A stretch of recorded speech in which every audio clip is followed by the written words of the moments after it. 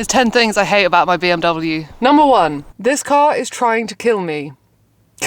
Dodgy steering, sticky gears. When I first got this car, I really had to fight to keep it in a straight line. I really thought there was something wrong. I had everything underneath checked, I had the tracking done, I bought new tyres for it, and nothing. I still thought this car was trying to throw me off the road. It turns out that there's just a lot of play in the steering wheel, which I am used to. I am very much used to play in the steering wheel, but in a car that does not have power steering. AKA my Dolomite. Okay, my Dolomite, no power steering, a lot of play in steering wheel. It feels completely different in an old car that has power steering. It feels different, okay? If you know, you know. I don't really know how to explain it, but yeah, that made me hate this car for the first few months because I really couldn't get along with it.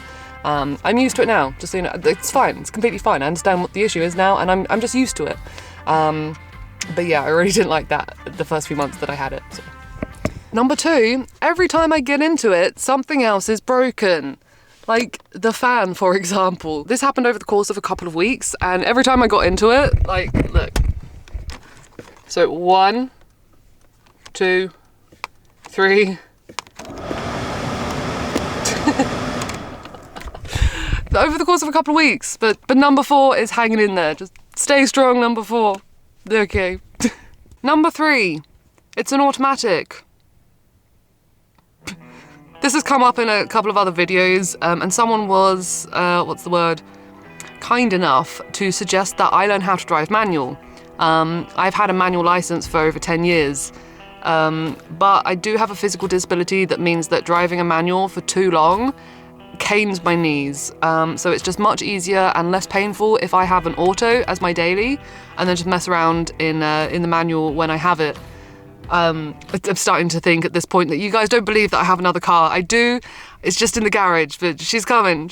I swear she's coming. Number 4, the hazard button is too close to the gear stick. Now, I know it's an auto, so I don't really need to be changing gears or anything, but I'm a rester. I am a rester. I'm driving, I'm resting, okay? And the amount of times I have leant on this button and psyched out other drivers because I don't realise I'm driving with my hazards on. Oh god, off. But yeah, it's really easy done, and like it's that bit, it just gets it, you know? Like I just sit here and it's just a little. Number 5, things break and then fix themselves. Like my window. The first time actually no, it was probably the second, I don't know, I'd used it already a handful of times. And then one day it's gonna do it now, it's gonna work. Oh my god, it worked. It's been broken Nope, that is well and truly back in its seating. Yeah, okay, so that's a bit temperamental. Sometimes it comes loose and it takes 2 people to close the window again. One person on the outside holding it from like either side, like a sandwich, and guiding it into place, and the other person to press the button, obviously.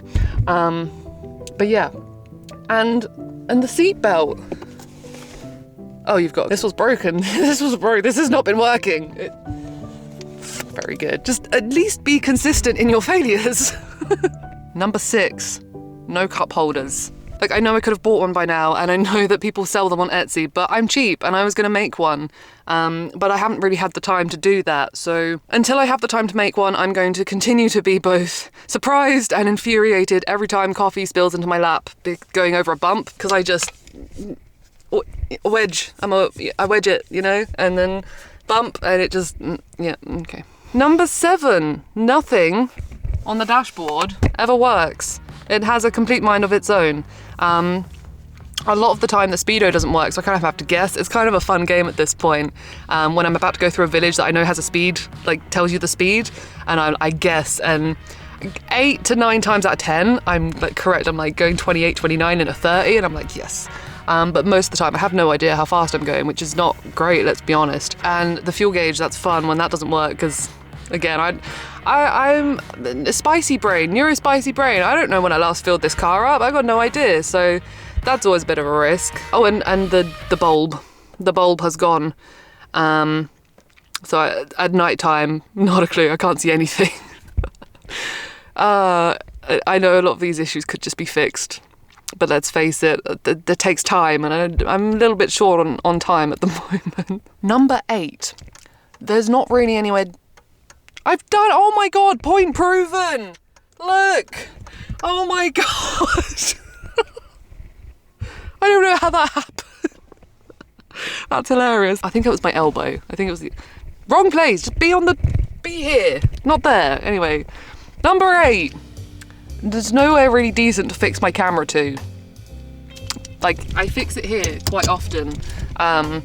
It's not really a big deal. I know cars aren't really designed for people making videos, but it would just be nice if I had some more options other than literally one place. The amount of times I've duct taped my camera to the dashboard. There's been some interesting contraptions on my dashboard actually, so I would just like a few more surfaces that could grabby, you know? It's just a minor thing, it's just a little... Anyway, okay. Number 9. The glove box is a bit pointless.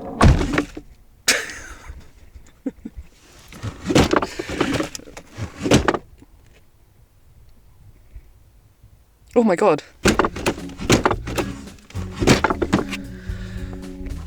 Do you know what? This has been irritating me for so long now. I just need to... I brought some bits out with me. Hang on.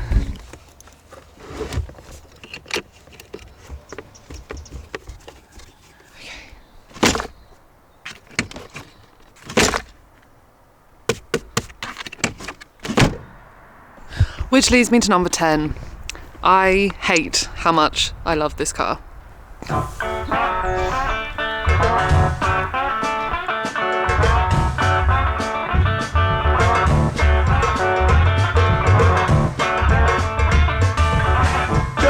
When to do that thing, Jerk hustle when to get your man. Jerk hustle coming across the sand.